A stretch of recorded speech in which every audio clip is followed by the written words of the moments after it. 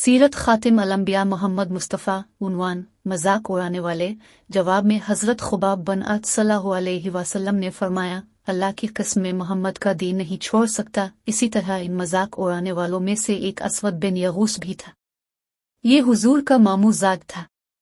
जब भी मुसलमानों को देखता तो अपने साथियों से कहता, देखो तुम्हारे सामने रुए जमीन के वो बादशाह आ रहे हैं जो कसरा और कैसर के वारिस बनने वाले हैं। ये बात वो इसलिए कहता था क्योंकि सहाबा सल्लल्लाहु अलैहि वसल्लम में से अक्सर के लिबास फटे पुराने होते थे, वो मुफलिस और नादार थे, और आप ये पेशगोई फरमा चुके थे कि मुझे ईरान और रूम की सल्तनतों की कुंजियां दी गई है। असवद आपसे ये भी कहा करता था, मोहम्मद आज तुमने आसमानों की बातें नहीं सुनाई, आज आसमान की क्या खबरें हैं।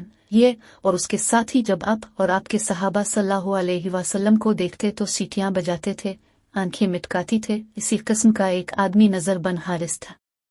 ये भी आपका मजाक उड़ाने वालों में शामिल था। इनमें से अक्सर लोग हिजरत से पहले ही मुख्तलिफ आफतों और बलाओं में गिरफ्तार होकर हलाक हुए। इन मजाक उड़ाने वालों में से एक हजरत खालिद बिन वल्द का बाप वलीद बिन मुगीरा भी था। ये अबू जहल का चचा था। कुरैश के दौलतमंद लोगों में उसका शुमार होता था। हज के जमाने में तमाम हाजियों को खाना खिलाता था, किसी को चूल्हा नहीं जलाने देता था। लोग इसकी बहुत तारीफ करते थे, इसके कसीदे पढ़ते थे। इसके बहुत से बागात थे। एक बाग तो ऐसा था जिसमें तमाम साल फल लगता था, लेकिन इसने आपको इस कदर तकालीफ पहुंचाई कि आपने इसके लिए बद्दुआ फरमा दी। इसके बाद इसका तमाम माल खत्म हो गया, बागात तबाह हो गए। फिर हज के दिनों में कोई इसका नाम लेने वाला भी ना रहा। एक रोज जिब्राइल अलैहिस्सलाम आपके पास तशरीफ लाए। इस वक्त आप बैत अल्लाह का तवाफ कर रहे थे। जिब्राइल अलैहिस्सलाम ने आकर अर्ज किया, मुझे हुक्म दिया गया है कि मैं आपको मजाक उड़ाने वालों से निजात दिलाऊं। ऐसे में वलीद बिन मुगीरा उधर से गुजरा। जिब्राइल अलैहिस्सलाम ने आपसे पूछा, आप उसे कैसा समझते हैं? आपने फरमाया, अल्लाह ताला का बुरा बंदा है। ये सुनकर जिब्राइल अलैहिस्सलाम ने वलीद की पिंडली की तरफ इशारा किया और बोले, मैंने इसे अंजाम तक पहुंचा दिया। फिर आसबन वाइल सामने से गुजरा तो जिब्राइल अलैहिस्सलाम ने पूछा, इसे आप कैसा आदमी पाते हैं? आपने फरमाया, ये भी एक बुरा बंदा है। हजरत जिब्राइल अलैहिस्सलाम ने इसके पीर की तरफ इशारा किया और फिर बोले, मैंने इसे अंजाम तक पहुंचा दिया है। इसके बाद असवद वहां से गुजरा। इसके बारे में आपने यही फरमाया कि बुरा आदमी है। हजरत जिब्राइल अलैहिस्सलाम ने इसकी आंख की तरफ इशारा किया और बोले, मैंने इसे अंजाम तक पहुंचा दिया है। फिर हारिस बन अतलहा गुजरा।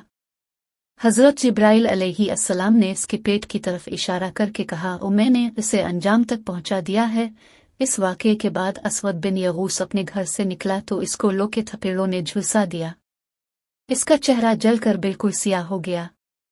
जब ये वापस अपने घर में दाखिल हुआ तो घर के लोग उसे पहचान ना सके। उन्होंने इसे घर से निकाल दिया और दरवाजे बंद कर दिया। इसके साथ ही ये जबरदस्त प्यास में मुब्तला हो गया। मुसलसल पानी पीता रहता था, यहाँ तक कि इसका पेट फट गया।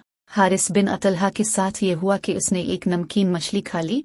इसके बाद इसे शदीद प्यास ने अल्लाह ये पानी पीता रहा, यहाँ तक कि इसका भी पेट फट गया। वलीद बिन मुगीरा एक रोज एक शख्स के पास से गुजरा। वो शख्स तीर बना रहा था। इत्तेफाक से एक तीर इसके कपड़ों में उलझ गया। वलीद ने तकब्बुर की वजह से झुककर इसका तीर निकालने की कोशिश न की और आगे बढ़ने लगा तो वो तीर उसकी पिंडली में चुभ गया। इसकी वजह से जहर फैल गया और वो मर गया। कास बिन वाइल के तलवे में एक कांटा चुभा। इसकी वजह से इसके पीर पर इतना वरम आ गया कि वो चुकी के पाट की तरह चपटा हो गया। इसी हालत में उसकी मौत वाक़ई हो गई। हजरत इब्न अब्बास का रवायत के मुताबिक ये लोग एक ही रात में हलाक हुए थे कि नबी करीम ने महसूस फरमाया कि कुरैश मक्का मुसलमानों को बेतहाशा तकालीफ पहुंचा रहे हैं और मुसलमानों में अभी इतनी ताकत नहीं कि वो इस बारे में कुछ कह सकें। चुनांचे अपने मुसलमानों से फरमाया, तुम लोग रुए जमीन पर उधर उधर फैल जाओ, अल्लाह ताला फिर तुम्हें एक जगह जमा फरमा देगा। हम कहाँ जाएं?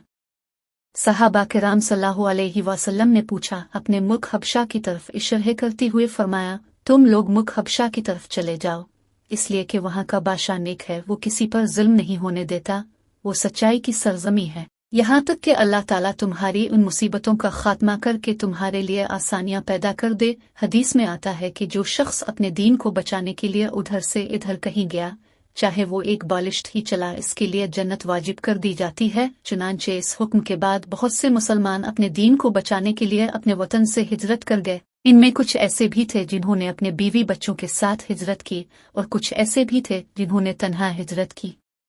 جن لوگوں نے بیوی بچوں سمیت ہجرت کی، ان میں حضرت عثمان غنی صلی اللہ علیہ وسلم بھی تھے۔